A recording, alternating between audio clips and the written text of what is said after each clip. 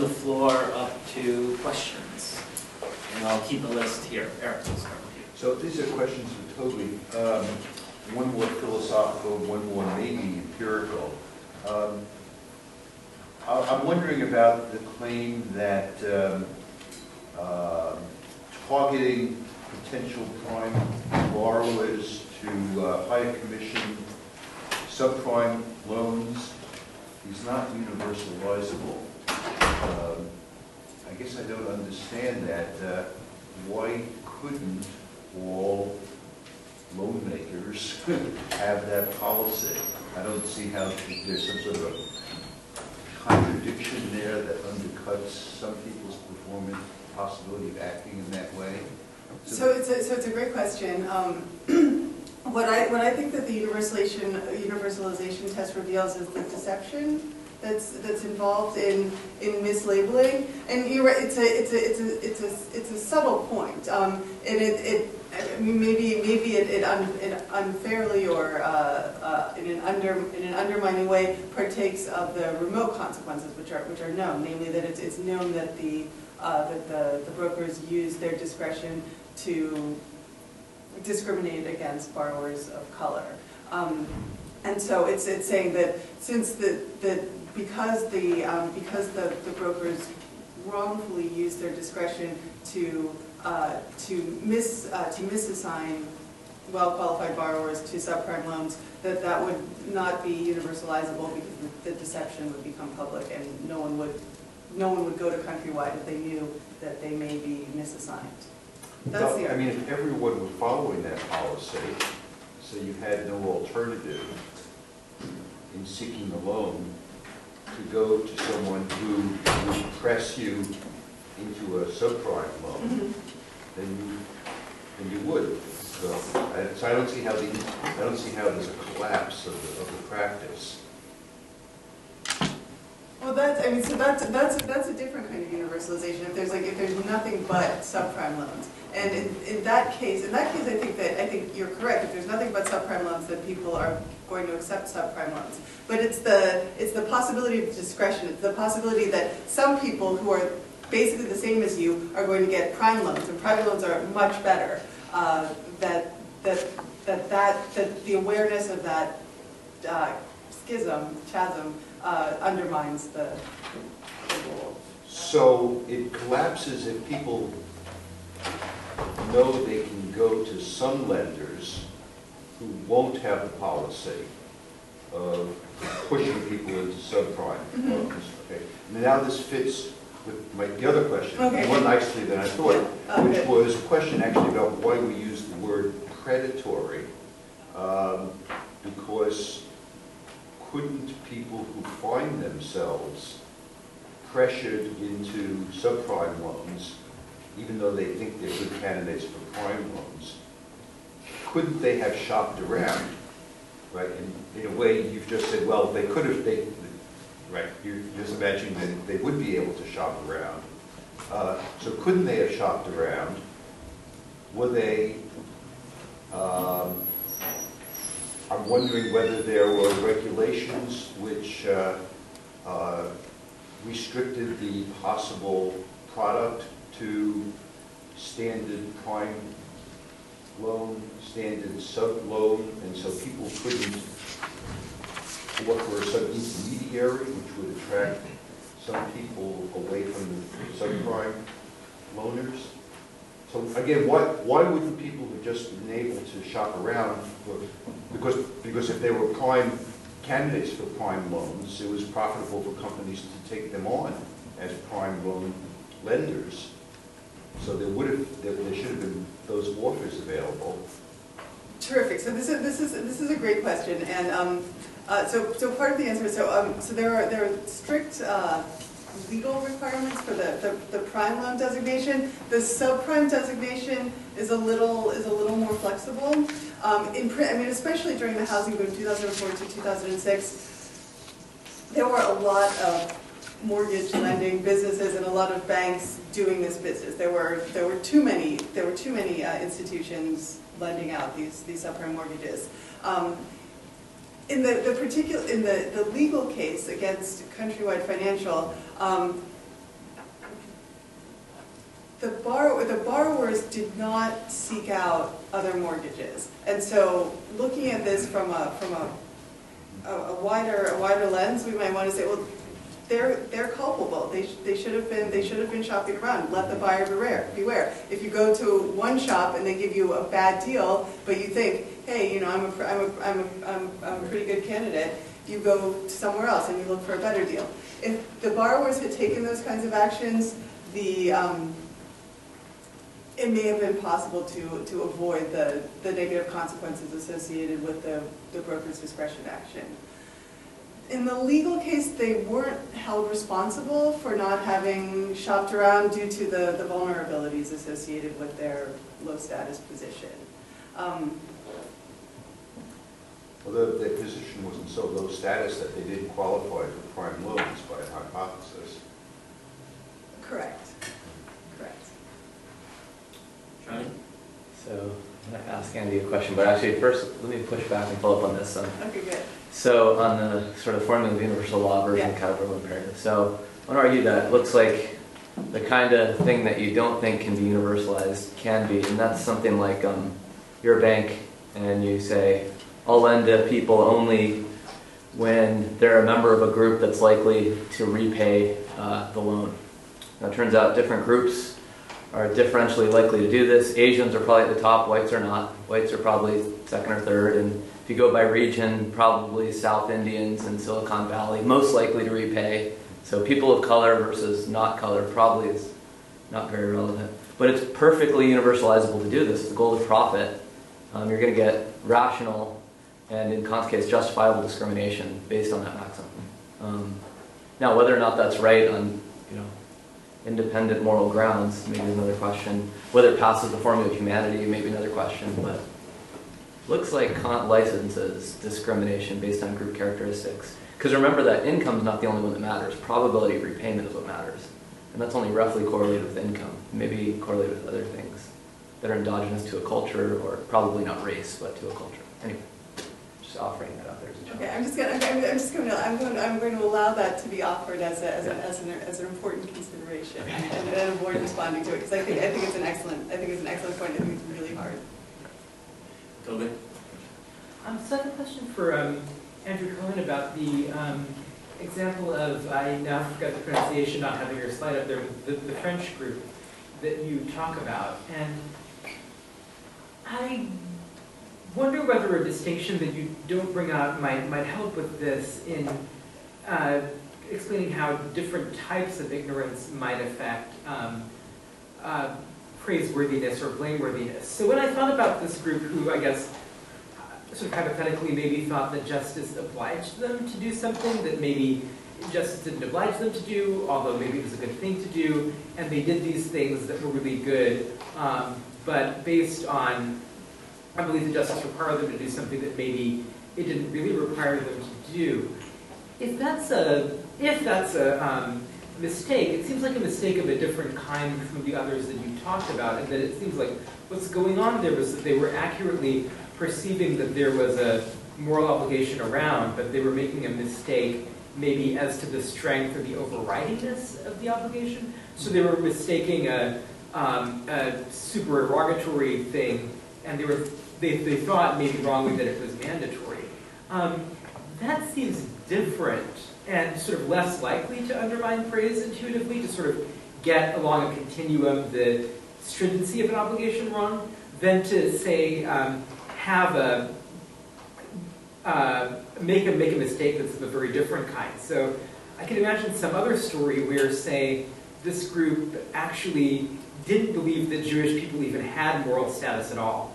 But they had some sort of false belief that if they sheltered Jewish people, Belgian people would come over the mountains and bring chocolate to them. They really liked chocolate. And in that case, I'm not disposed to think that they sort of really warrant praise. I might be glad that they did what they did, in the same way that I would be glad that, say some natural disaster killed a bunch of Nazis and saved Jewish people. I'd be happy about that. But I feel like the reason why I'm pulled in by your way you set it up is that I feel like their mistake is just one of miscategorization along a continuum. It's not of entirely kind of missing the picture. I like that example. I might borrow from that. That's really good. That's good. So I think you're right, and that suggests we have to be careful about the conditions under which there's praiseworthiness. So in that sort of case, we would think, all right, well, something reasonably good has come about, but they're missing significant aspects of they're missing moral reasons that are relevant to them. So we would be, I guess we wouldn't praise them, but I guess we might step back and say, well, I guess it's better that they did it this way than not doing it at all. That's a good point. So we're not going to, we won't be praising them. We'll be pleased with the upshot. Even in the case where, say, they mistake a super derogatory for a justice-based obligation or vice versa. I'm not interested in what you think about those kinds of cases, whether it sort of helps your credit for getting praise to get the nature of your obligation right. Like how much does it matter to get the precise stringency right, as opposed to just identifying the category correctly, even if you don't get the stringency right? What do you think? I'm actually not sure now what to think about. Somebody really is sort of they're sort of too morally ambitious. They think all kinds of things are their obligations when really they're supererogatory. I'm not sure whether I want to say that, I'm of two minds whether I want to say that detracts at all from their praiseworthiness. So you have thoughts? That's good. I have to think about that. So do you think that one of the disanalogies here is at least we're sort of in the ballpark of doing something that is responding to moral reasons in some way, whereas the chocolate-loving Chambonnet are not responding to moral reasons, they just want their snacks. Well, it's not even just that, they're responding to the exact same moral reasons they should be responding to. They're just a little too excited about what they're obliged to do. They're not excited is the wrong word. They see the obligatoriness of what the reasons provide as being more than actually is there. So they're identifying the moral reasons that really are there. They're just misunderstanding the weight of those reasons. Good. And the chocolate-loving ones in the great example you provide are not even detecting. Yeah, and you could also have other examples. My example, in a way, is that's one where people are entirely missing the reasons. But you could also have cases where somebody identified moral reasons, but they weren't.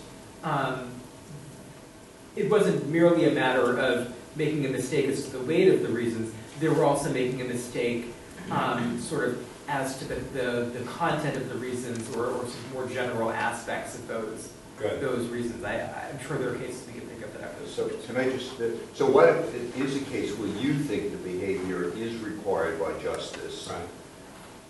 People who act because they think it's required by justice, Right. but you correctly see that they have mistaken theory of justice. So they're complying with the demands of justice, Yes. but not Yes. because of the Yes. reasons of justice. What is this, a moral Gadio problem? Yeah. Yeah, Yes, that's it, that's right. that's good. So they fall less short than your original case, right? So they're on the other side of the folks who are motivated by Belgian chocolate, but they're still making a mistake. So do they have diminished praiseworthiness? Well, I wonder what you think about that, Eric, because it sounds like... Good technique. Yeah, that's Exactly. It sounds like we'd be inclined to... A part of me is prepared to say, look, we're going to praise them, and then we'll go off to a philosophy classroom, and then we can hash out what the appropriate theory of justice is. Yeah. How much praise we can dish out Yes. might then... We applaud the Chambonnet robustly because they did such great things. They were doing some, things that were above and beyond the call of duty. They had a mistaken notion of what justice required of them, which one might say. So the example you're describing is, well, we think that they're responding to justice, and maybe even they regard the reasons of justice as being equally stringent to what my theory might generate, but their theory is all out of whack. So we just happen to coincide in this particular case. Would it generate any meaningful difference with regard to praise? I guess it depends on the conditions under which praise is deserving, or is deserved, we might say. Right, and I guess what I'm thinking is it might push you, what you just said might push you to say something similar where it wasn't really required by justice, but just required by benevolence. And yet we've got to pretty much categorize these people as equally deserving of praise. And that runs against, I think, what you said in the paper. Do we praise people who do justice? I'm not sure if doing justice is praiseworthy. David Schmidt says in his book, it's not wrong to praise people for doing what they ought to do. I walk around all the time in the That's streets it, of right? Atlanta, not punching people He in didn't the say face. Yeah, it's not wrong. Right. I forget what you say, but it's perfectly sense. I forget. Yeah. It's not incoherent. I mean, there was It's a tragic example. That's right. I remember that. So there might be other virtues that we can praise people for. You can imagine somebody in a near bar fight where she doesn't beat the hell out of somebody, and you praise her. You can say, "I know you really wanted to kick his face in. Good job not giving into that temptation." But we're not praising her for failing to initiate the use of force against the guy. We're praising her to resist temptation, some other sort of virtue where she's showing moderation. That's what's the fitting target of praise, not the failure to beat on somebody. So I'm relying on Lee, but maybe I should rely on Fa a bit more. We have a long list of people. We have Marcus, Jeff, John, Richard, David, Johnny, and Bill on the list. So let's So yeah, my question for Toby, with respect to your simplified example. So in real life, the decision making on the part of the banker is much more complicated because we, under our regulatory regime, we're going to punish the banker even if they do make the loan, if they make a subprime loan, because we're going to categorize that as a risky loan on their balance sheet. So in the long run, it's not necessarily a good thing for the banker to extend a subprime loan, but in the short run, the loan officer, so this goes to Jeff's whole point about salience, right? The loan officer might be rewarded for the number of loan placements in the short run, with disregarding her employer's long-run the consequences that the employer would face for having placed a subprime loan. So it's not exactly that there are always good consequences to placing a subprime loan. And I'm just curious as to how your contractual approach and your Kantian approaches would take that decision making of the loan officer, where she's making the loan because it has immediate benefits for her, and it has more remote benefits for her employer that are not necessarily good.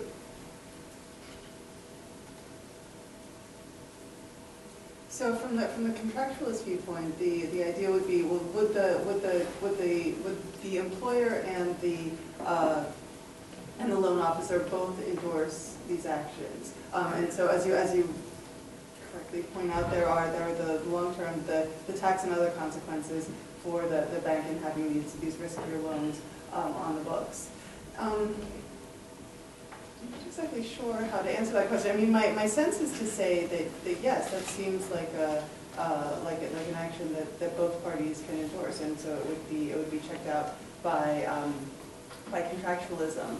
I mean, of course, there are as you know better than I do, there are many complications in decision making and these kinds of transactional reasoning, and those ups and downs don't necessarily interfere with the ability to consent or the ability to agree to the action at the time that it's made from the contractualist viewpoint. I mean, thinking from an ethical viewpoint.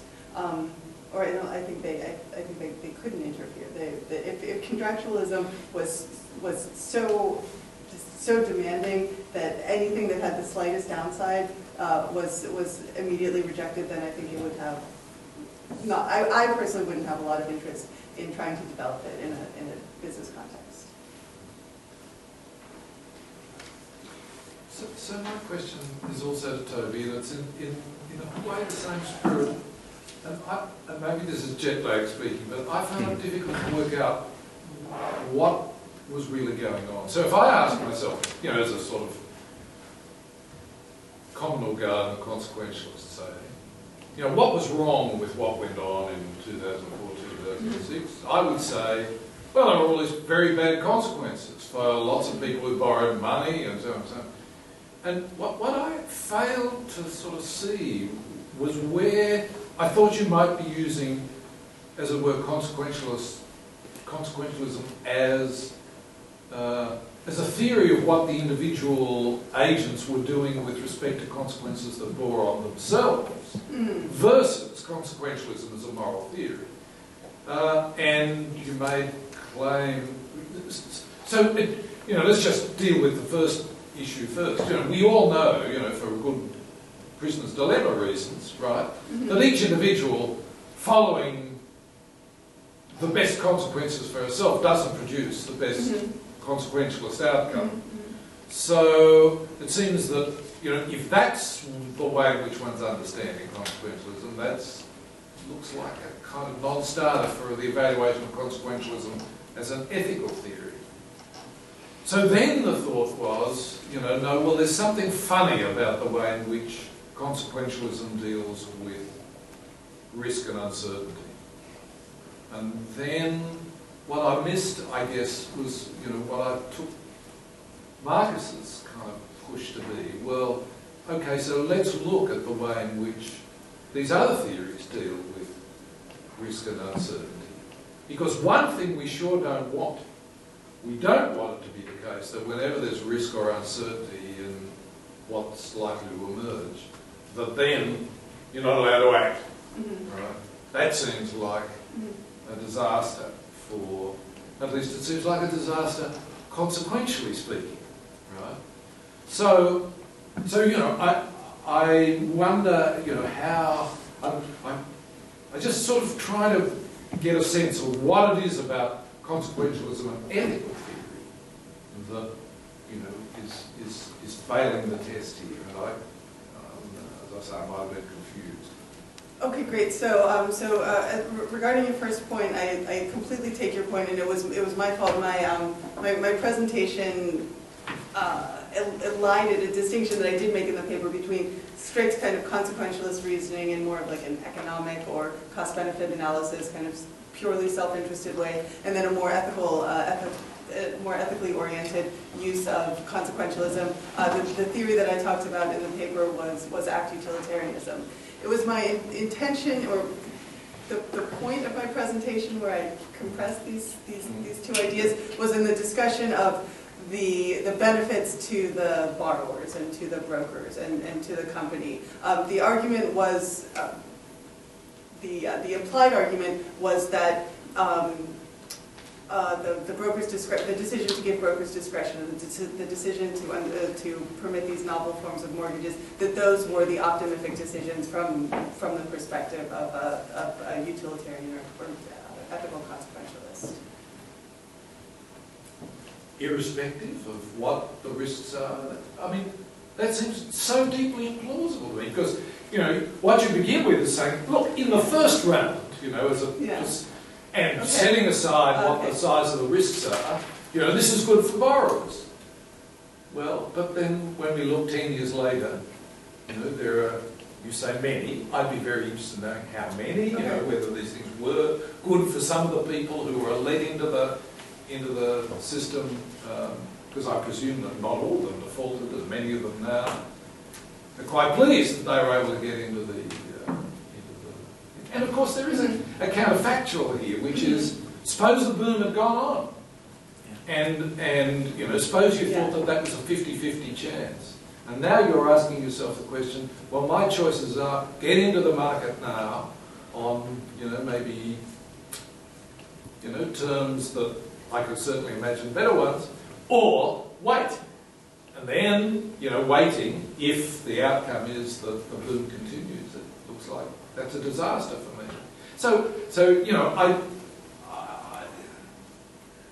I don't think you can say, just on the basis of the first rating, that this was good for morals. Okay? That requires proper consequentialist analysis. Okay. So that was there. No, so it's a terrific point. I can only give a partial response. Thank you.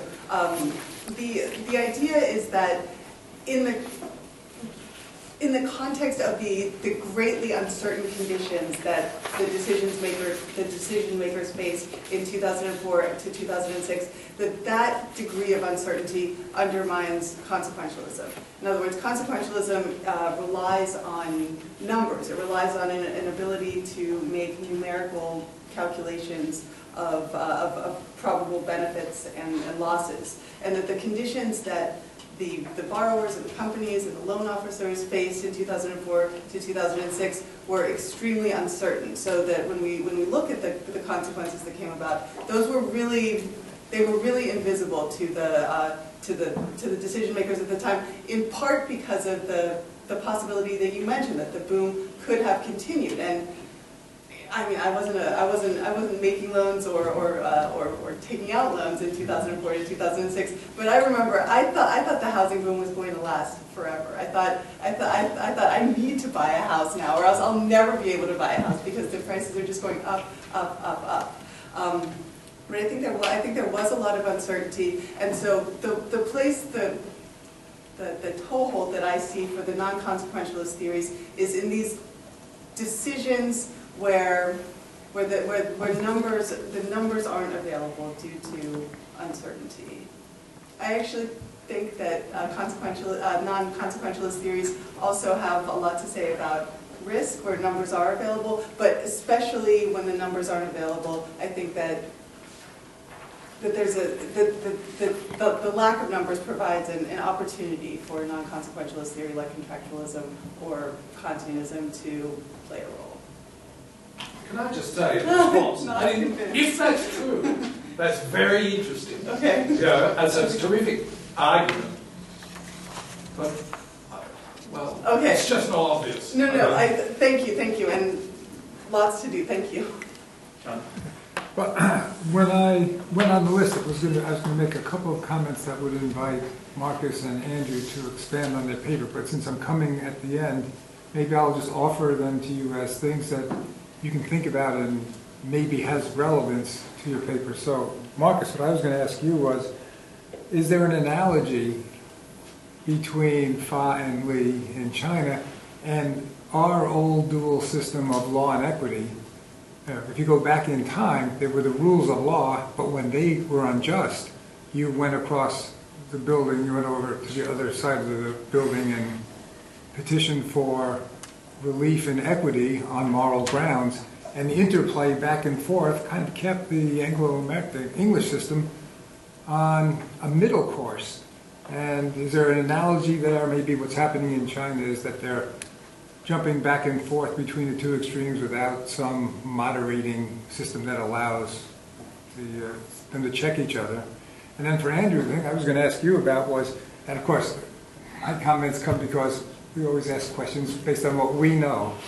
So I'm teaching torts right now, and when I look at torts, if I'm looking at it from a justice perspective, and think of corrective justice, the underlying theory of tort is somehow that when one person acts wrongfully in a way that causes harm to another, then the person who's committed the wrong has to restore the other person to the position he or she would have been in if the wrong hadn't been done. So there's this sort of internal idea of justice behind the system. But when I teach negligence, it's pretty clear that negligence is a rule of law that's designed to reconcile a theory of justice with human imperfection, human limitations, and the fact that humans are severely restricted in how much they can know. And that's why the way you put this into effect is with a rule that says you're liable, or you're someone who has to do corrective justice only when you fail to exercise the degree of care a reasonable person would exercise it in the circumstances. And the reasonable person and in the circumstances do all of the work that I thought you were talking about in a sense, because in the circumstances means in a time when slavery is completely accepted, the average standard of care would be different than at a time where slavery is completely rejected. And then there's enough play in the reasonable person idea again, so that we have a theory of justice. Human beings have extreme limitations on their knowledge. We're ignorant in a lot of ways. How do we put this into practice in the real world? Well, we have a sort of vague standard that tries to take this into account and allows there to be degrees of culpability based on how much we should have known under the circumstances. We don't behave the way we should have. Sometimes one of the first things I teach is people are held to have the common knowledge of everybody else. You can't say, oh, I didn't know driving on bald tires was dangerous. You have to know that. And so such negligence is sort of the answer to the problem you're raising about how ignorance plays a role in our evaluations of justice. So just things to think about. We're at time. Yeah. Good. On that note, unfortunately, we've come to the conclusion of this session. Thank you very much.